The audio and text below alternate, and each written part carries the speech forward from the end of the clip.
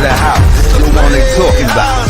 Word of mouth, the boxing playhouse, without a doubt. All the latest and greatest boxing news, that's what it's all about.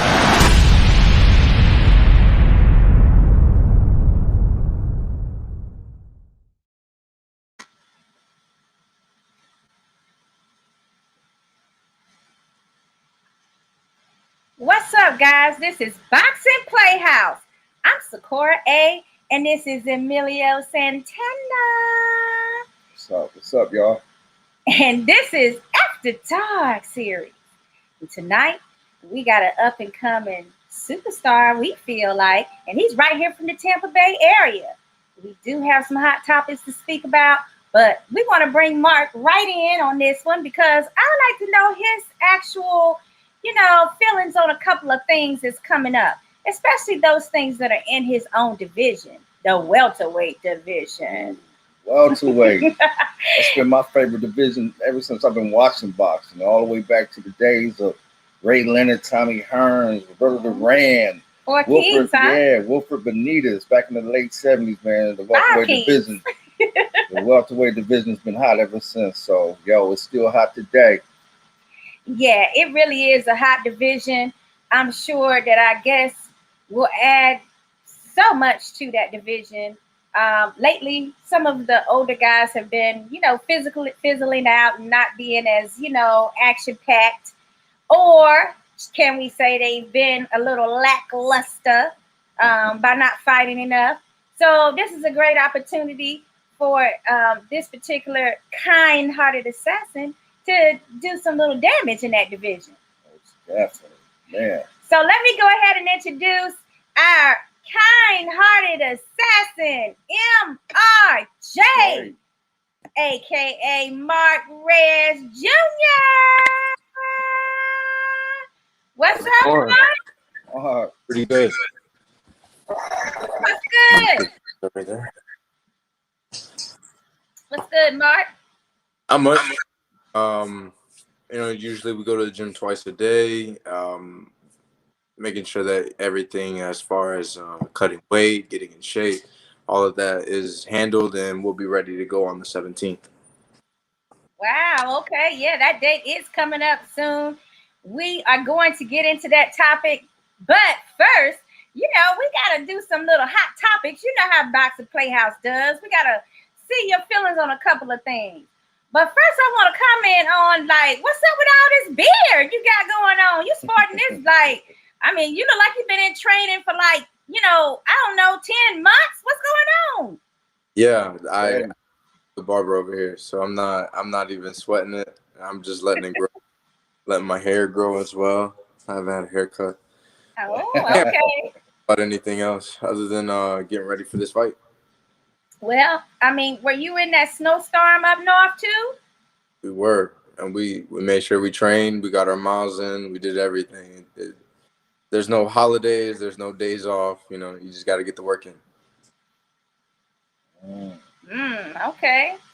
Well, I'm glad to know that you were able to continue your training through that blizzard. No wonder you have that cool beard. Yeah, there's still snow outside from it. We got poured on as far as the snow, but it's nothing's gonna cause a big enough hurdle to keep us from doing what we got to do. Absolutely. Mark, I like that hoodie you got on. What is that, man? Do it say Legends? What is that? This is our boxing gym up here. This is the gym that I train at. It's the hoodie. New Legends boxing gym. Yeah. Oh, okay. Yeah, I like that right there. Yeah, that's pretty cool. I like it too. So let's go through some of these hot topics right quick with you, if you don't mind. All right. Okay. So first of all, we got Ugas and Keith Thurman suggesting that he could beat Keith Thurman one time, and then ask for more money against Errol Spence. Is this a good idea to you or not so good? For Ugas, I think it's a great opportunity for Ugas. He's one of those guys that, once he's gotten to the elite level of competition, he has not showed the skill set that he feels like he possesses, and therefore he feels like he hasn't given his best outing. Now, as far as for Keith, this is a good look for Keith. Ugas is a respectable welterweight, and I definitely think that Keith's boxing ability, as far as speed, is just going to be able to offset Ugas offensively and going to give him a lot of problems. So I definitely have Keith winning that fight pretty unanimously, especially as it gets later on. I noticed Ugas is a very, very strong fighter within the first 4 rounds, and then after that he'll kind of fizzle out. I'm not saying that he's not in good shape. It just seems like the velocity on his punches and things like that, they definitely lose their steam. Okay. All right. I can see that. Definitely can. What about you, Emilio? Yeah, I can see that. But I think, I don't know, Ugas like that. They definitely Ugas is a tough dude, man. That fight there that's a close one to call right there. That's almost like a 50-50 fight since Keith, he's been out for a little while, and Ugas is kind of on the rise. He got that WBA strap. I think they made him regular champion since Pacquiao been so inactive. So, man, Ugas is on a high, and Keith, he's been injury prone. I think that's like a 50-50 to me. So I want to see that one right there. I gotta always be on the opposite end. You guys know that. I just feel like Ugas, I'm trying to think in his past who Ugas fought that was really powerful or was known to have any power. I mean, I'm having a difficult time coming up with a real name here and a prize fighting type of weight. Sean Porter gave him a good fight, but he's not known for his power. I'm saying that who has Ugas fought that I want to see what Keith can do with Ugas, and I want to see if Ugas is able to maintain early punches from Keith Thurman. It might be even a late punch or two he can't take. But I mean, we'll have to see, because it's a great fight for him, and it is something that would raise his caliber. I mean, it would also raise his exposure, because a lot of people still don't even know Ugas, and that's not his fault. He's doing what he's supposed to do. Like I said, I think it's just sometimes, in the fights that he obviously stepped up towards the elite level of competition in the welterweight division. His performance, it wasn't enough for people to really go off of it and look at him as a superstar. And those are things that happen. I mean, especially with the Cuban fighters, like Lara. Lara's known, but outside of the boxing world, Lara, people wouldn't even think twice of that name. But us boxing, us that are involved in boxing, we understand that he is a very good fighter, very good technical fighter, and a lot of guys will avoid him because he is a southpaw, very technical. He's able to use those boxing abilities to make his opponents look kind of bad. Yeah, and I think you're right about that. That Ugas, when he's trying to finish the fight, I don't feel that he knows how to close it. I think he does have. I don't know if the stamina is like you saying, like, well, it's fall off some, or if it's just that he just got that Cuban pedigree where they just don't learn to be like aggressive towards the end of the fight and really take, somebody to the deep waters. I don't know. What I've noticed from Ugas with the fights that I've watched is just there's not much growth that I've seen within his last fights, as well as there's no adjustments made while he's fighting, and it seems like he has the ability to do more, and he just doesn't really take advantage. Yeah, that really sums it up. You've been paying attention. So I'd like to know, you really research your fight, research your division. I make sure I'm up on it. Yeah, definitely. Mark, how do it feel to be in one of the most prestigious weight divisions in history, that welterweight class? Just known for great champions. Honestly, I often overlook it. I just look at it as, I'm a fighter that's in a weight class where there's a lot of competition, and that makes me excited. I don't think about the history of it too much.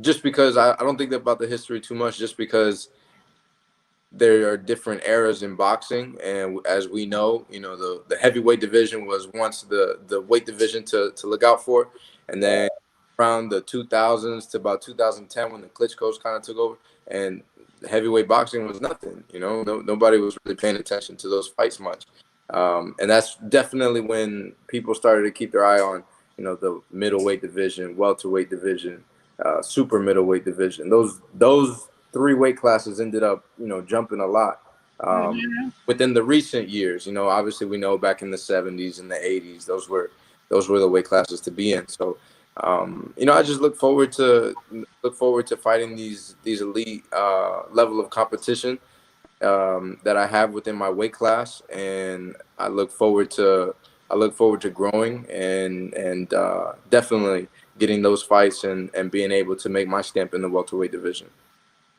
Yeah, for sure. Now, I have to ask you, we're going to do like one more hot topic, and then it's going to be all about the MRJ. You ready for that? Yeah, ready. Okay, well, this one last topic I picked up today is about Devin Haney. He says that he's modeling his career and his style towards a Pretty Boy Floyd type of style. I mean, I just wanted to know, is it working? Is it not working? Do you see any parts of Pretty Boy Floyd and his techniques or something? Like, what am I missing? Because I don't see none of that. Just to be honest. This is, I can see why he would like to. Obviously, he's close to Floyd. I can see certain things that he does in the ring that are similar. But in the end, what works for one fighter will almost certainly not work for another fighter 100% of the time. So to say that, you want to mold who you are as a fighter and whatever after a certain fighter that, you idolize or look up to, that's not something that may always work for you. And as we saw in his I think it was against Gamboa. Was his last fight? It was. Looked that great. And that's just what happens sometimes when you have fighters that try so hard to fight outside of what is natural to them. As we all know, as far as Floyd's boxing ability, Floyd was great at reading opponents. Floyd was great at his reaction time. So those are 2 things that not every fighter has. Not every fighter is going to be able to read opponents and be able to exploit the defensive mechanism that Floyd that Floyd was able to. Floyd was able to hit guys and truly avoid getting hit and make it look easy. Not every fighter is going to be doing that, especially if we look at Floyd in the second part of his career after he came out of a 2-year retirement and then came back and fought. Was it Marquez? Yeah, he definitely adjusted, and he understood, I'm getting a little older. This is one of the things that, as a fighter, I appreciate Floyd.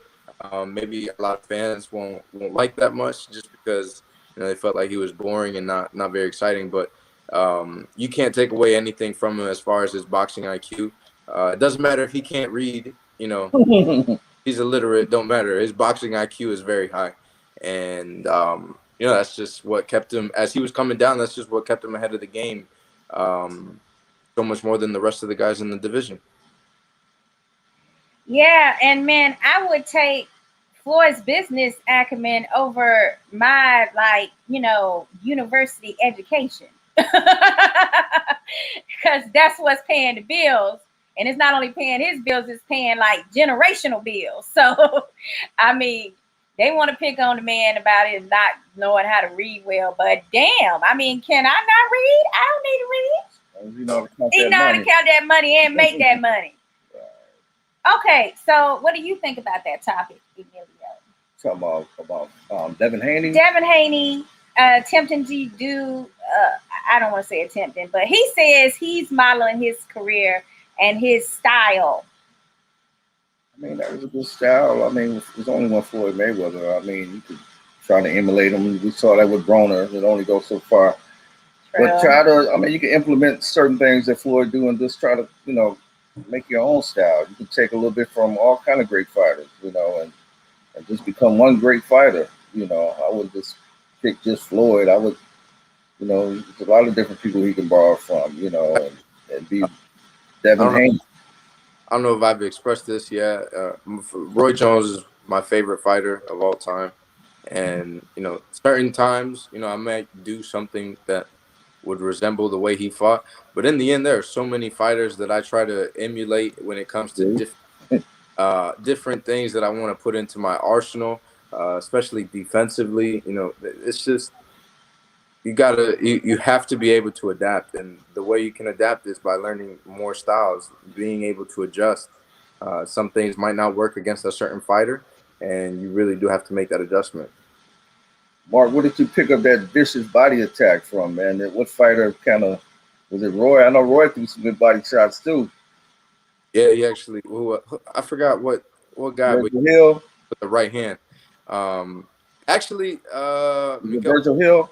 Miguel Cotto was the one that I picked up. Okay. Yeah. Puerto Rican, that's right. You do have that Puerto Rican pedigree, and so does that influence you beyond just Cotto? Yeah. You know, there's as much as I how would I say, as much as I grew up watching Felix Trinidad, my favorite fighter was actually Camacho, just because of the speed, the movement. Those are the things I appreciate more. Trinidad was more of a come forward fighter. Right. He'll start breaking you down. If not, the one shot with the left hook or the right hand is probably going to get you out of there. And that was something that I knew early on that wasn't, you know, that wasn't gonna make me into the successful fighter that I've been.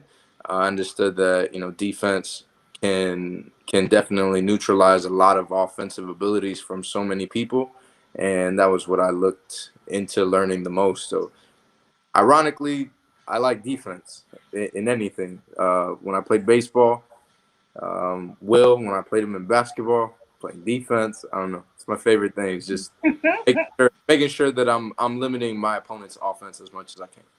Yeah, and how about those Tampa Bay Bucks this past weekend using their defense to win? They won it all the way. You know, it's funny. I was gonna put my Brady jersey on, but I was like, you know, I'll wait for that. I got me a nice little bucket hat with the a white Brady jersey, and then I got the pewter one. You might have to break that out with that. Yeah, at the fight night, you know. I'm definitely breaking it out then. Yeah, pay a little tribute to the Tampa area. So first, we want to say the beautiful Dahlia has joined us tonight. She's doing our Spanish interpretation for any guest that is trying to understand what Mark Reyes Jr. and Sakura A. and Emilio Santana are talking about tonight. They can just find Dahlia Duran on our feed, and she's able to help you with interpretations. She says tonight, what do you do to avoid distractions? That's a good question, Dahlia. Because you got a lot of distractions. Yeah. Oh, yes, he does. Distractions all over it. You know, I go to a grocery store. I'm walking to grab some water and, you know, some chicken, salmon, whatever it might be, and I'll see the chips aisle on the side, or I'll see some candy.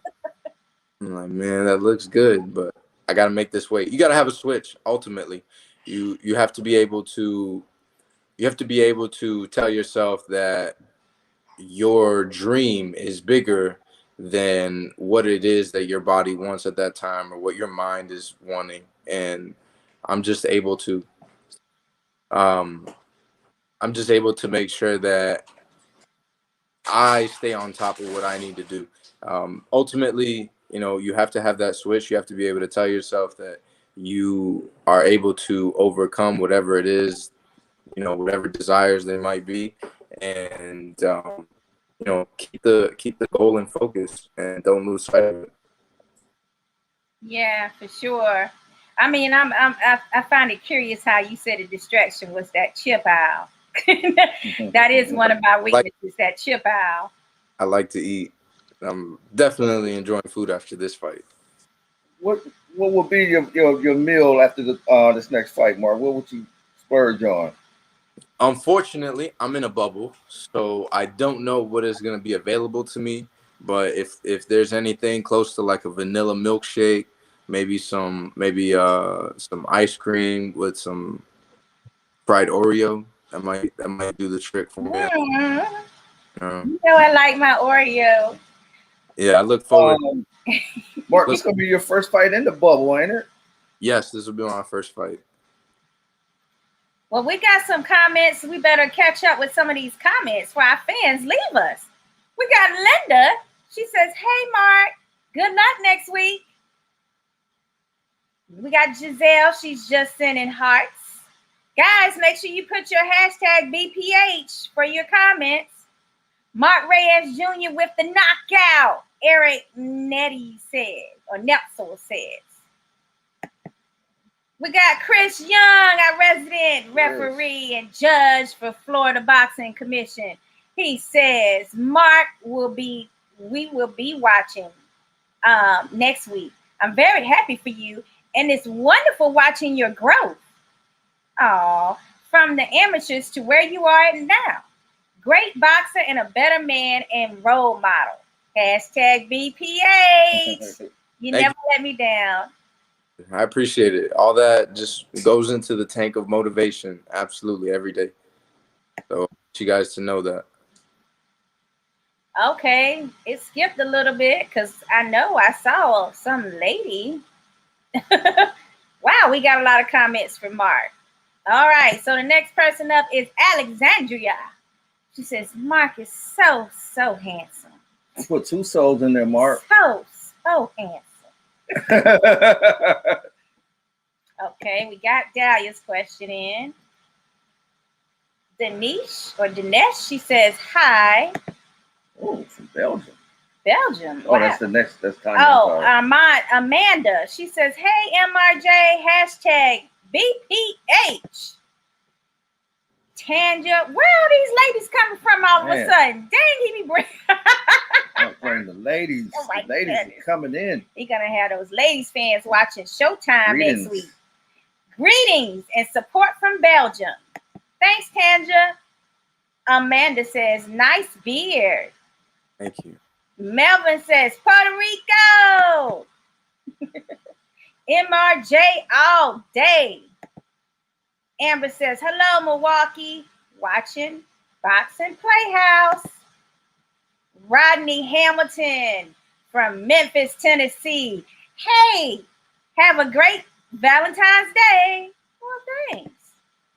Nora says, let's go. Who is this? Noe says, see you soon, bro. Yeah, What's no way. name? No way. No way. Okay. I like that name. That's cool. Enriquez. And we got Giselle. Now you coming Wednesday to watch the fight. And you coming Wednesday. What she said? She talking to somebody else. I know she must be talking to somebody else. No way. Okay. All right. So I love it when our fans have conversations amongst themselves. Yeah. Well, I think my dad is having 2 locations have a fight watch party. One is going to be at Prime Time on North Del Mabry, and then the other at Riveters, also on North Del Mabry. Is just right off of the exit in Tampa. Both of those will be in Tampa, and they're gonna have every screen displaying the fight. Everybody will be there having drinks, having a good time. So make sure you're there and give me that support. That's all I'm asking for. Nice. That's going to be quite a party that's going to be happening. It's going to be like a repeat of the Super Bowl weekend. Mark, show them tattoos. I'll show them on fight night. Oh, okay. All right. Ty Tomlin. Ty. Short Fuse. Tomlin's in the house from Nashville, Tennessee. What up, Ty? What's up, Ty? I believe he has a fight lined up for this weekend on the 13th as well. Good luck to you, buddy. Yes. Good luck on the next fight, man. What Dahlia say? What she say? What Dahlia say, Mark? She's talking to somebody. Estamos disponible. Disponible en español. Okay. I don't speak Spanish. Oh. Well, we caught you then. Dang. I just knew you did. I thought Mark spoke Spanish. He can vouch. No, I just say that so that I can. Okay, this is bad, but sometimes I just say that so that way I don't have to speak Spanish.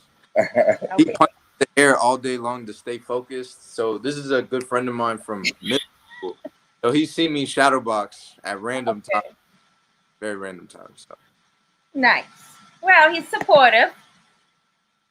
Okay, Dahlia Duran says, excellent take question. Yeah, but we don't know what the question was. All right, so we got Jason, Angela from Vegas. She says, love Boxing Playhouse. Giselle is speaking in Spanish again, so we got to check with Dahlia to see what it is. Oh, she says, the beautiful Dahlia has spoken. She says, MRJ all the way. Thank you. Jason says, Team Reyes. Thank you, Jason. Anna says, do you model, Mark? No, I don't. I might have to get into that. I might look into that one later on in boxing life. Yeah, absolutely. All doors must stay open. Okay, we got Janice. She says, Tampa loves Mark. Hashtag BPH. Antonio Cruz, what's up, Mark? And Eric says, 813 loves MRJ. Hashtag Boxing Playhouse. All right, guys. Thanks, Eric. Thanks to all of you guys. Jason. Thank you, Eric. We appreciate all of you. We also would love for you to go over to our YouTube channel, Boxing Playhouse. And basically, you'll see MRJ on there as well because we have our fighter safety segment. Remember that, Mark? When was that? Like a year and a half ago? Yes. Been a few fights. Time does pass by. And we also have that amazing KO that you had at the Fire Fist show. Let's see. Betty says, I like Mark with his shirt off on that bike. Oh, you done had them thinking they were going to see you on that bike again, Mark. Sorry about that. We got some tapes. Yeah. I didn't bring my... No. She saw the last interview, It was all Mark. good till it got dark. It was really neat until it got dark and we couldn't see you anymore. She done went in our archives. Damn. It was different. Okay, Mark. So I got some really good. Oh, we got Myra. That's my grandma. Myrna. Thank you, Mita. Ocasio. Good luck, MRJ. Love you. Oh, that's so sweet. She's a big fan of yours, isn't she? Absolutely. Okay, so we got to talk about. I wanted to talk about this Showtime fight that you have coming up, and congratulations on being the main event. That's coming up Wednesday. I was going to say September. February the 17th, right? At 9 p.m. Eastern Standard Time. On a Wednesday night. Did you see this coming? Was this something that was discussed before?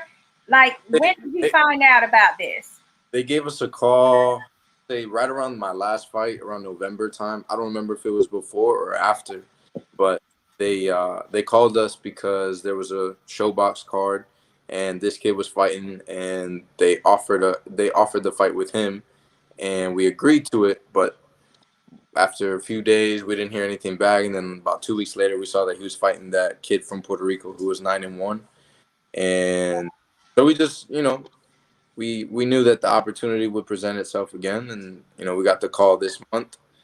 I want to say like the first week of January. Forget we're in February already. Right. So we got the call. We got the call early January, and we didn't hesitate. We said yes, and everything took off from there. Mark, what can you tell us about your opponent, Figueroa? I know he's undefeated. Come forward fighter. He seems like he's got a lot of dog in him. So I'm excited about that. And he's obviously undefeated, 16-0. So I look forward to fighting another undefeated guy just like myself. And come Wednesday, I get to do my talking. I saw he did a lot of talking on social media, which is fine. And I just look forward to getting in the ring and handling everything the way that I always do. I mean, we understand that he's been doing some shit talking, basically. You said it very nicely, but we don't want to focus on that. The guy's name is Janelson Figueroa Bocachica. Mm-hmm. And he's from South Detroit.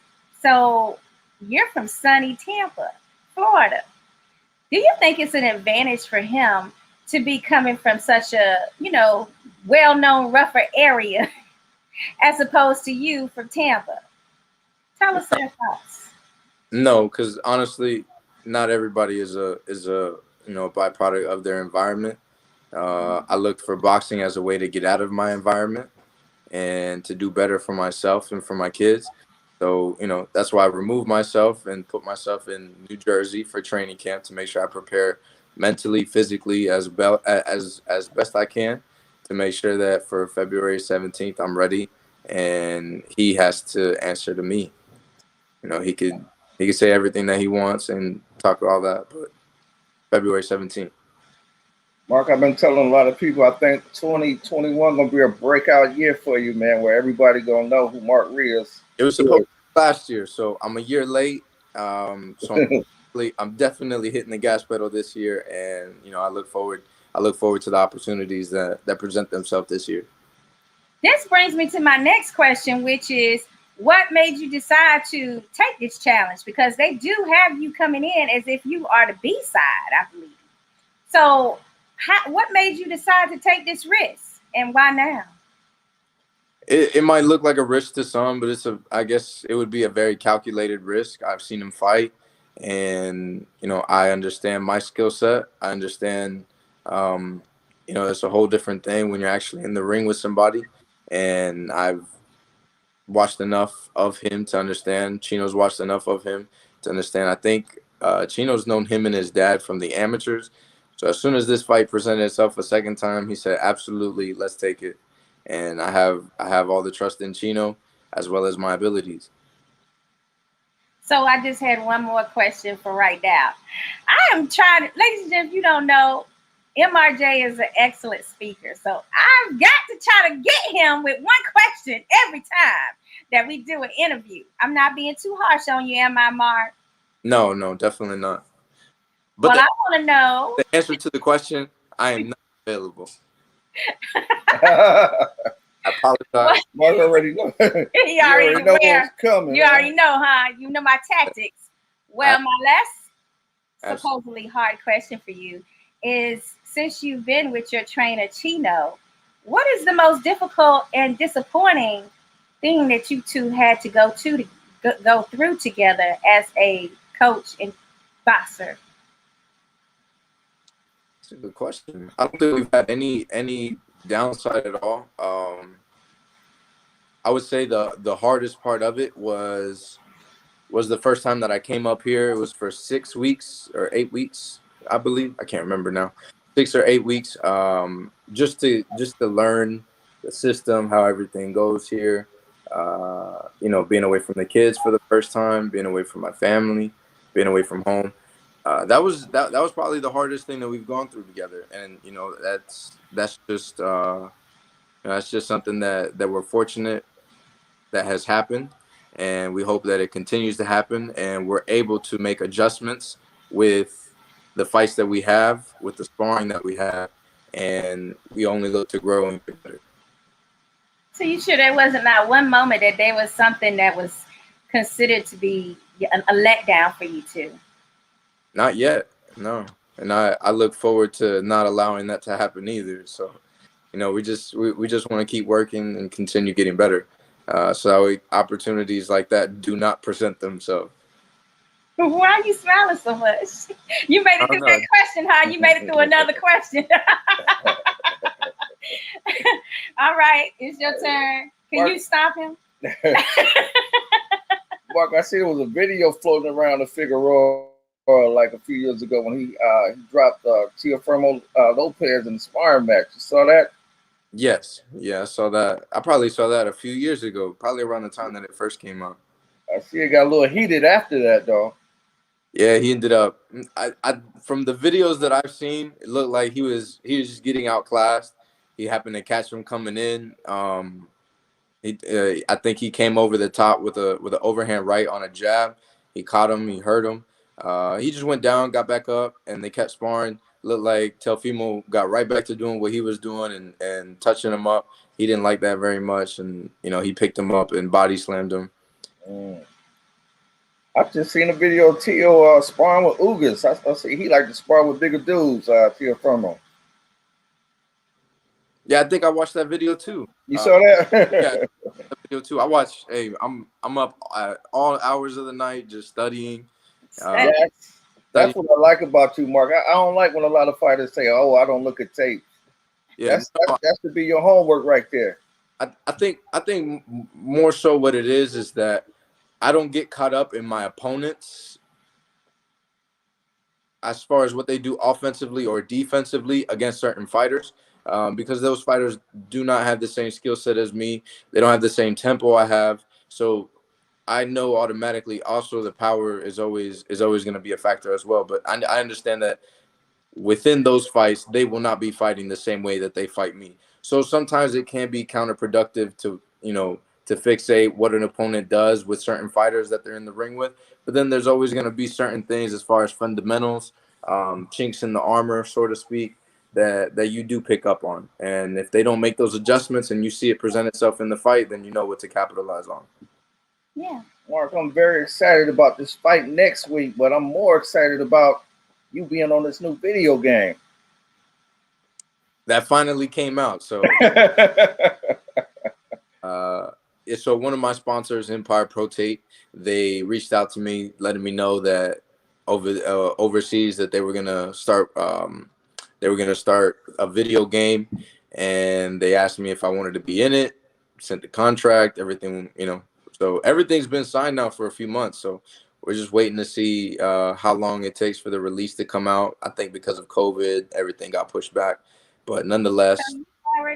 You've already done the 3D imaging and all that they need from you? Not yet. So they went ahead and started doing the fighters, I think, that are over there because access. They're from the UK. And then they'll go ahead and start working on the fighters that are over here in the US overseas. But I'm really excited to be immortalized, so to speak. I can always hear in the video game. So that's exciting. And that's something as a young fighter I always look forward to. We played Fight Night, Knockout Kings. Yeah. The one on the Nintendo, Ready to Rumble, or right. Yeah. You see, I've been around playing a lot of boxing games, and I think that was on the Dreamcast, Ready to Rumble, a thing called Dreamcast. I forgot that there was even one called Dreamcast. Make sure they put your fly gear in that game, Mark. The fly your gear, your ring. Should I put the outfits in there? Yeah, make sure they put that out. Gotta have them outfits in there. I love that purple one. That first purple was like boom. And the mask you wore that one time, make sure they put that mask in there now. Definitely look out for the colors on this fight. I'll definitely be standing out when I wear these colors. Okay, so we got your father, who's very instrumental in building your career so far, and you guys are very close. He says, come February 17th, Detroit will have a new king. Uh-oh. Uh-oh. Oh, Mark. Mark Anthony has spoken.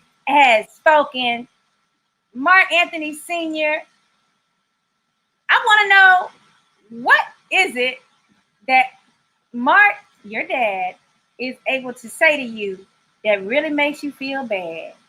You're like, damn.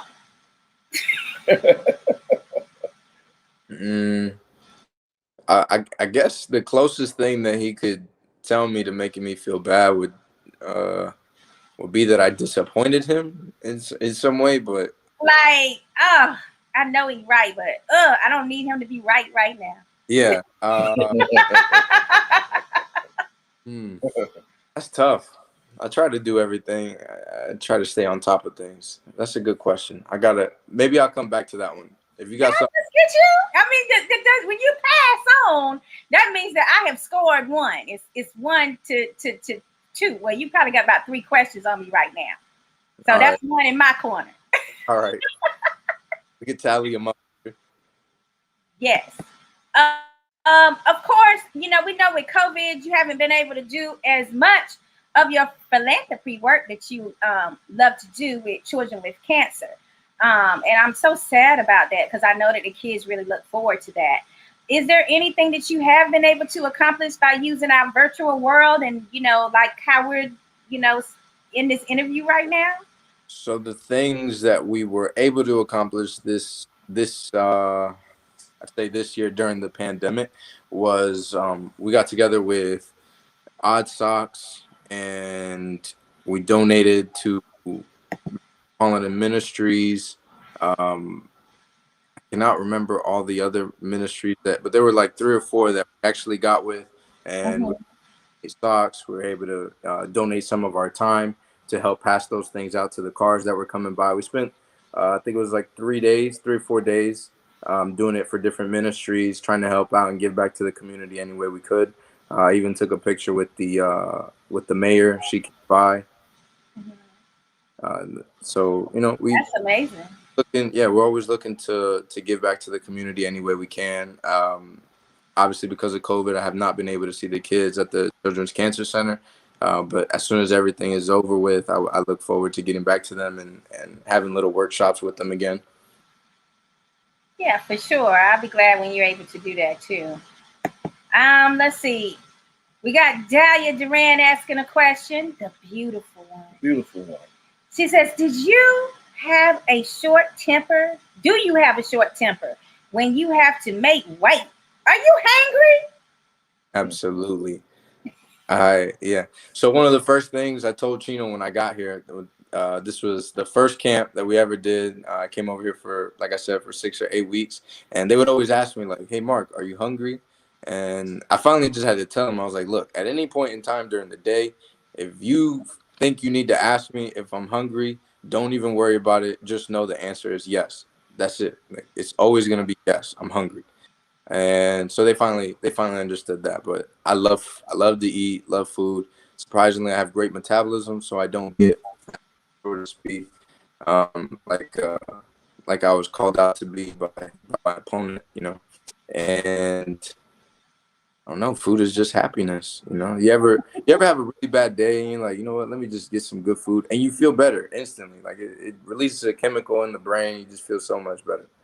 So I got a feeling you and I could not hang out for, any prolonged period of time because we would be about 300 pounds each. Hey, Mark, I want to know, do you have like a dream fight, man, when you see yourself like on a pay-per-view with any big name guy, man? Who do you see yourself like in a huge fight at the MGM Grand pay-per-view? Mark and whoever, who would that be? That's difficult. That's extremely difficult. Just because when I think of that, I don't think of it happening within the next year or so, or within the next 2 years.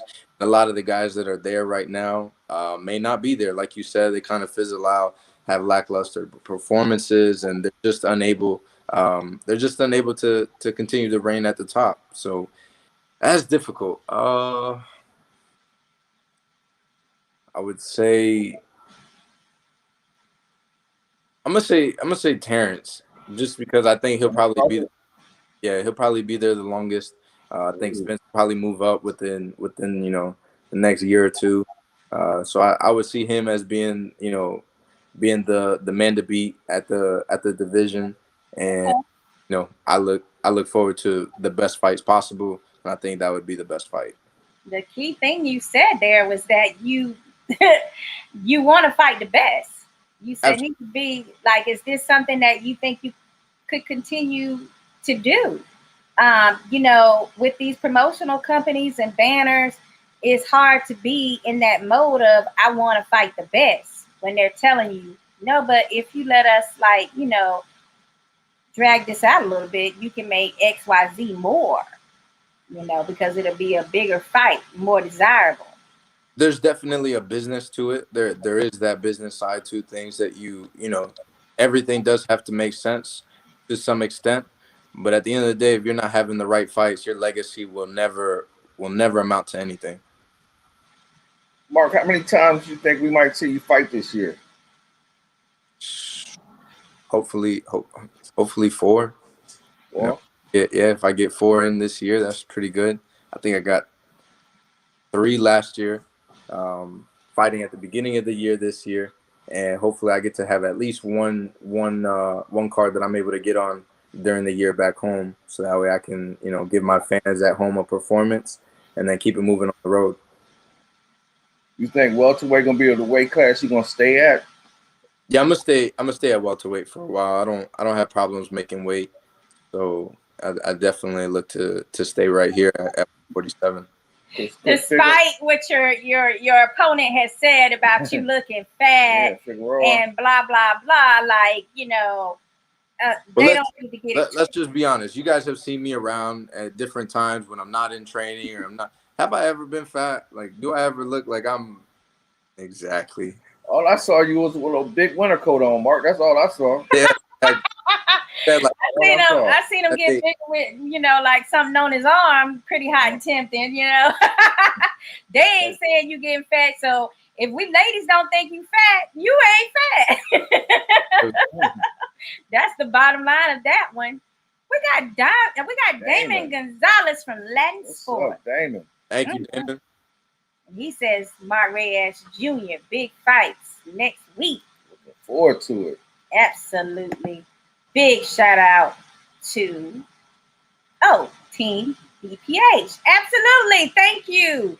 Mark, you got people feeling like the Super Bowl, man. We having fight parties and man, we hyped for this. Absolutely. It's Tampa Bay now.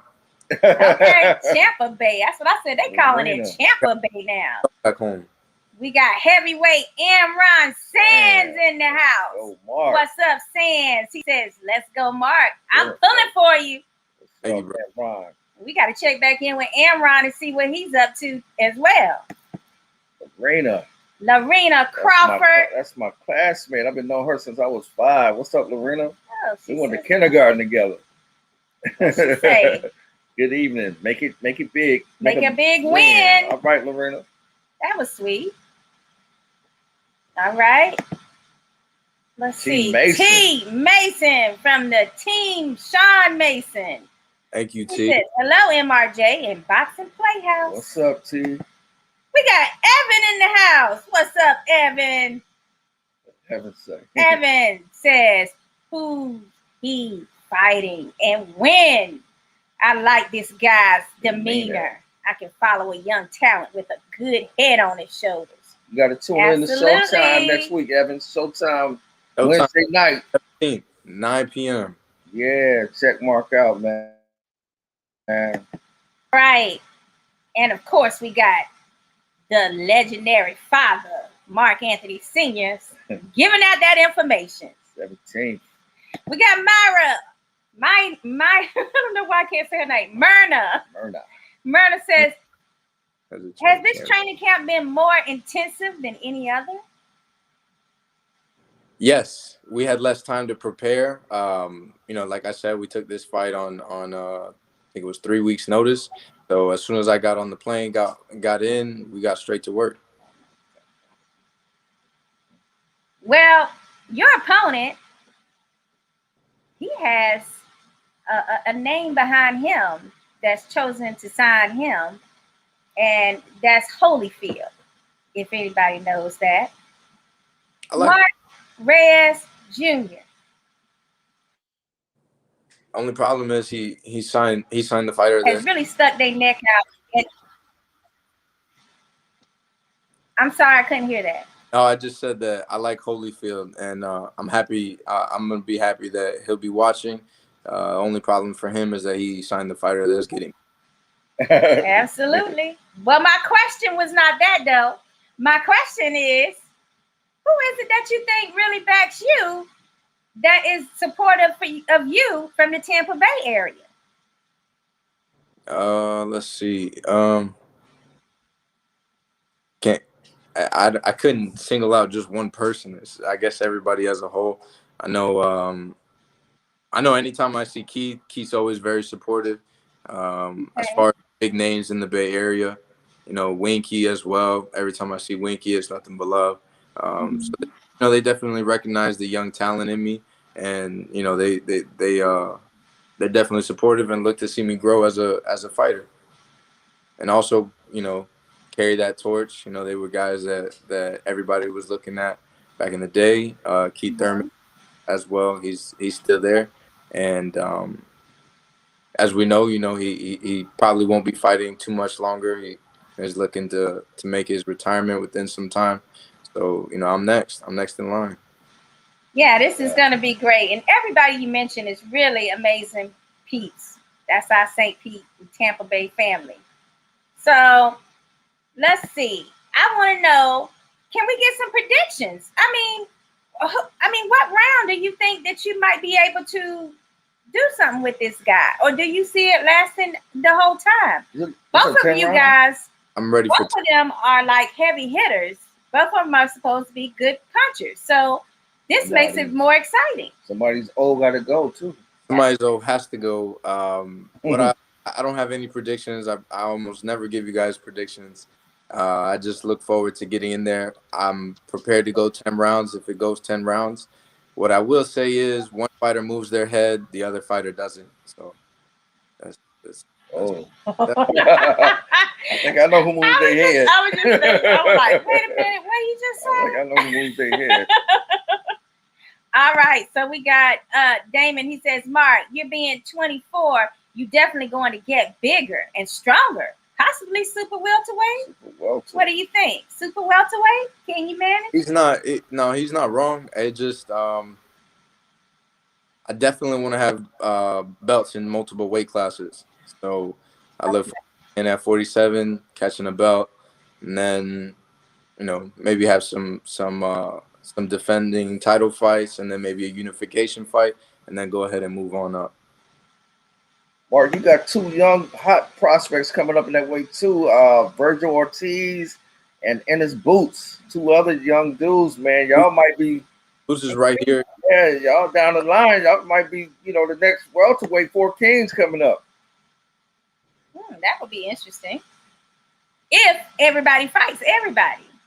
That's the key. That's true, yeah. And right now everybody's with somebody different. But nonetheless, we get these fights made, and I think they themselves are fighters that look to fight, the best of the opposition, and they obviously want to make the best name for themselves, just like me. So I look forward to getting in and mixing it up with those guys too. Then you got the young kid from Dominican, Elvin Rodriguez. I know he was a junior welterweight, but he's another guy that's gonna probably be moving up to welterweight. Elvin Rodriguez. How much longer? Yeah, I don't know how much longer. Who's he with? Another little dangerous prospect. Absolutely. And we got Myrna, she's going to make a prediction tonight. She says, since MRJ won't make that prediction, she said KO on the 6th round. 6th round KO. Don't play with Miss Myrna. She mean business. Mark, without having a live crowd, how do you think that's going to affect you? It won't. Like Tampa be behind you 100%, man. So without a crowd, I give my support, but no, it won't make a difference. Back in the amateurs, when you went to national tournaments, there wasn't a big crowd. That you just had a lot of other fighters and trainers watching, but there wasn't any crowds. There wasn't a whole lot of cheering going on or anything like that. So it was pretty much just being back in that environment. Mm-hmm. This fight is a 10-rounder or a 12-rounder? 10-round fight. 10-round, okay. Mark, are you missing your kids something awful? I know that you're a family man at heart. So what is this doing to your soul, man? Yeah, I miss the kids every day. They got a little time, countdown clock of when I get home. Oh. So they'll send me videos. My daughter, she sends me little videos and clips or pictures of her. Or she send me, the best thing is when I get a voice note. And she'll just say, I love you, Daddy. I miss you. Those are the things that motivate you to just making sure that you make them proud.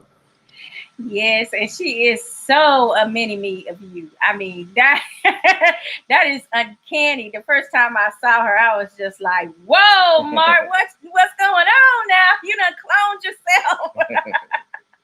Yeah. Wow. One right there. All right, so we got Dahlia, the beautiful Duran. She says, what goes through your mind when you're waiting on in the locker room for your fight? Pretty much just envisioning the fight, envisioning the victory, and trying to keep my mind as at ease as possible during all that. A lot of guys get nervous, things like that. I pretty much stay real calm. Anybody that's been in the locker room with me like, I'll tell jokes, I'll listen to music, I'll relax, talk to the people, but ultimately, I just try to stay calm, envision the victory, and go out there and do what I have to do to take care of business. Mark, how long do you see yourself being in the sport of boxing? 30. 30? Wow, you said that fast too. Like you knew your cutoff date. I mean, why 30? Let's see. At 30, I will have given about 24 years of my life to boxing, and I've taken enough time away from family, from my kids especially. And by 30, I look forward to making the amount of money that I should, also making the right investments, and maybe being around the sport a little bit, but no longer fighting. Just giving my time back to the ones that I love. Do you see yourself being a trainer? Absolutely not. Absolutely not. I really know. No. Okay. I think as we all know, a lot of trainers, they dedicate just as much of their time to boxing as the fighters. And I think, like I said, I've given enough time, and these next 6 years is just grind mode, and making sure that I do what I need to do to take care of business on fights as well as in training camp, and make the right decisions to give my kids the best life that I can, and to also give them as much time of myself that I can as well. Hey, Mark, if your opponent Figueroa is watching right now, what would you tell him? Yeah, that's a good one. I hope you prepare very well. I hope we get to give everybody the fight that they're getting. And on February 7th, best man to win. You think this fight might be like Hearns Hagler, where y'all come right at each other, Mark? No. So Brenda, she says, just because I don't want to give up anything early. I definitely want to set things up and work for it. So it's definitely not just gonna be those early fireworks early on. But I will say this: if there's an opportunity that I see in the defense or within his offense that I can take advantage of, it might be an early night. Okay. Well, yeah, you're starting to get known for an early night, so I mean, it's a possibility. We don't paid overtime, so if I can get early night, I'm getting. I was thinking that he might try to make his strategy to take you into the deep waters because he feel like you can't do nothing then, like you might not be able to last. What do you have to say to that? I'm in great shape, and I don't have power that fades. It carries on up until the very last minute. All right. Okay. Well. We got Brenda Love. She says, take that hoodie off before this show is over. Now. Take it off, Mark. She think about some Playhouse is a damn strip club. Take it off. Oh, it's like 60 degrees inside the house. She thinking this is Tampa weather. Not at all. I went and had to buy myself like a bunch of little UGG boots, so my feet could be warm, because the first day that I got here I had icicles for like 2 days. The only way. Oh yes, you gotta have them Timbs or something going on up there. Something with fur on the inside. Must. Mark, if you could live anywhere else besides Tampa Bay, do you have a place in mind that you would have a second home, or that you might, decide to check out for a few years? Puerto Rico. That's pretty much tropical places, Tampa, Puerto Rico. I've actually discussed that with my dad. So eventually we'd like to have like a nice vacation home. We could rent it out during the time that we're not there. And then when we want to come, whoever wants to come from the family and enjoy the island, they can stay there. Well, you know we really related, right? We all family. We're all family. Me and Emilio be needing to get away from all this stuff around here sometimes. So you know we family. I don't blame you. I don't blame you. It's nice to get away. Yes. Right. Wow. What you got? You used to ask me. No, I was gonna joke with Mark. I was gonna say, Mark, I was gonna say, Mark, you don't want to build a house where you at right now.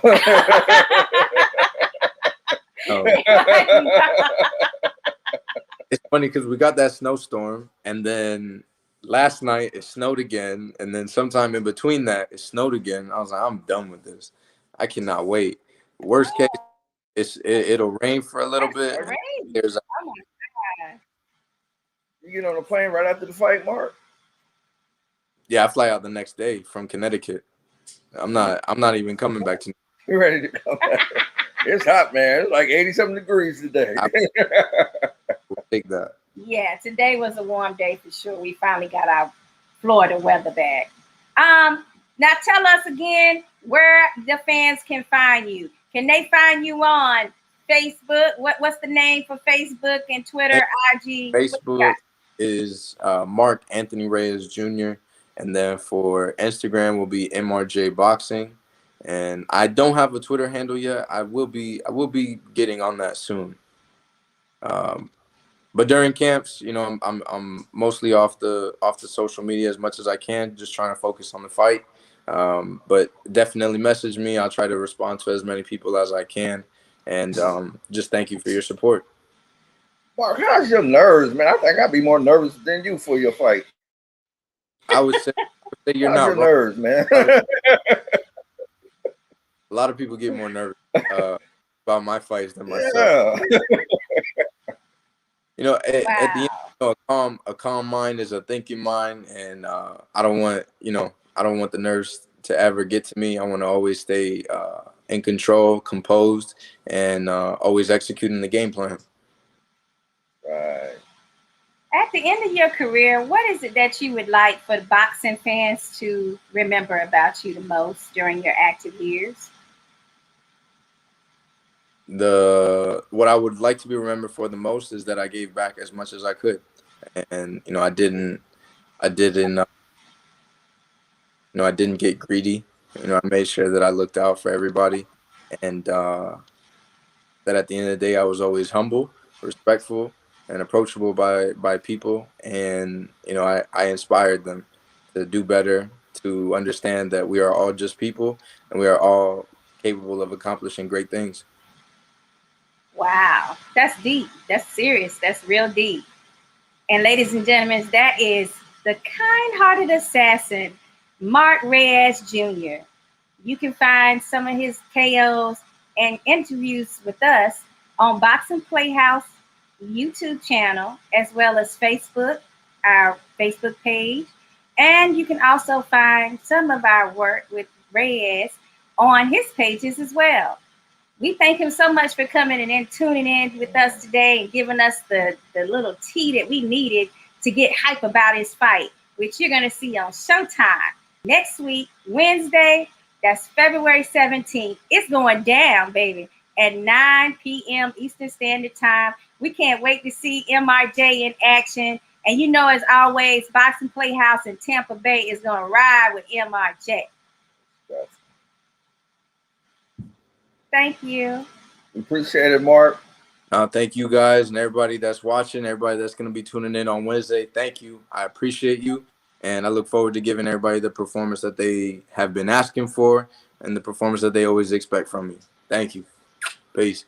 All right. Thanks, Mark.